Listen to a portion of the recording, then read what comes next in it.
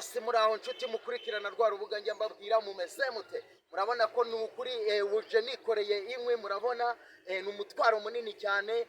Kuri iki kintu rero ngiye kukibasobanurira kugira ngo mwumve ukuntu ibyacyo bimeze. Yego, iyo umuntu afite ibyaha bimuremereye ni nako ikimubona mfite biba bimeze, ariko iyo umaze kugitura nk'uko mubonye nyituye n'ibyaha ubu bituye bigiye hasi. Yego, uribaje uti se kuki nje gukorera ikiganiro kuri izi nkwi, ndavuga kuri umuba, kuri iki kintu cyari kiremereye cyane. Yego, iyo turi muri iyi si tujya duhura n'ibituremereye, ibigeragezo, ibibazo bigiye bitandukanye, ariko hamwe no gusenga tukabitsinda. Nk'uko muri kumbona nari nikoreye ikintu kiremereye. Buriya iyo umuntu yikoreye ibyaha nk'uko mwabonye nateruye kwikorera, ni nako n'ibyaha biba bigeze gute, biba biremereye umuntu. Ariko iyo umaze gusenga ugakizwa, ukegera Yesu Kristo, ukamukunda, akinjira mu mutima wawe, akinjira muri weho, niko kubohoka uba ukize gusenga. Gusenga birafasha, gusenga bituma umuntu abaho, gusenga bituma umuntu akomera, gusenga bituma ugera ku cyo wifuza cyose. Yego, turabakunda. Mwatangiye mubona nari nikoreye ikintu kindemereye, kindusha ibiro, ni nako n'umuntu agera igihe akagera mu byaha, noneho bya byaha bikamuremerera, bikamurusha ibiro. Yego, ariko iyo witabaye marayika, ndavuga Imana, igenda ikuruhurira bya byaha wari urimo ukabivamo, ndavuga ukabitura. Yego, Yesu Kristo niwe wikoreye umusaraba, aragenda arawutura. Muri abo bose nta muntu wafashije Yesu umusaraba, niwe wawujyanye awugeza iyo yari agiye, ndavuga bagiye kumubamba, ariko yararemerewe nk'uko mubonye nanjye iki kintu cyari kindemereye. Haleluya, turabakunda. Tuvuze kuri uru rubuga Yesu, tubona byari byiza cyane.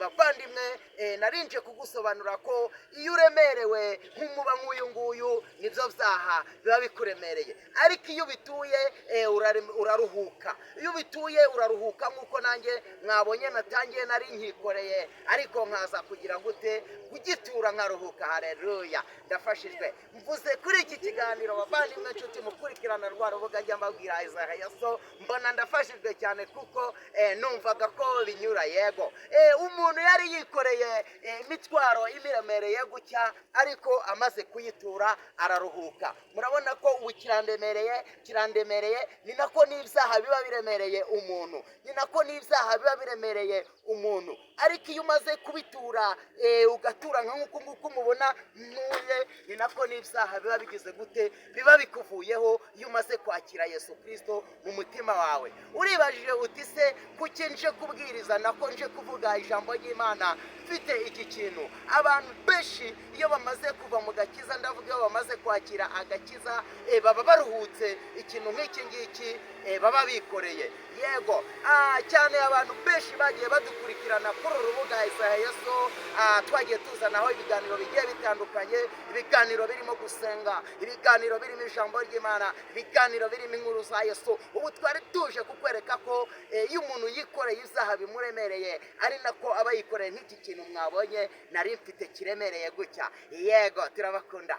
Navuze ko nzajya ngenda mbazanira ibiganiro bigiye bitandukanye, ibiganiro birimo inkuru za Yesu, ibiganiro birimo gusenga, ibiganiro birimo amagambo menshi y'ubwenge. Ubu narinzanye nje kukubwira yuko iyo umaze kuruhuka ibyaha, ni nk'uko mwabonye utura iki kintu kigize gute, kikuremereye.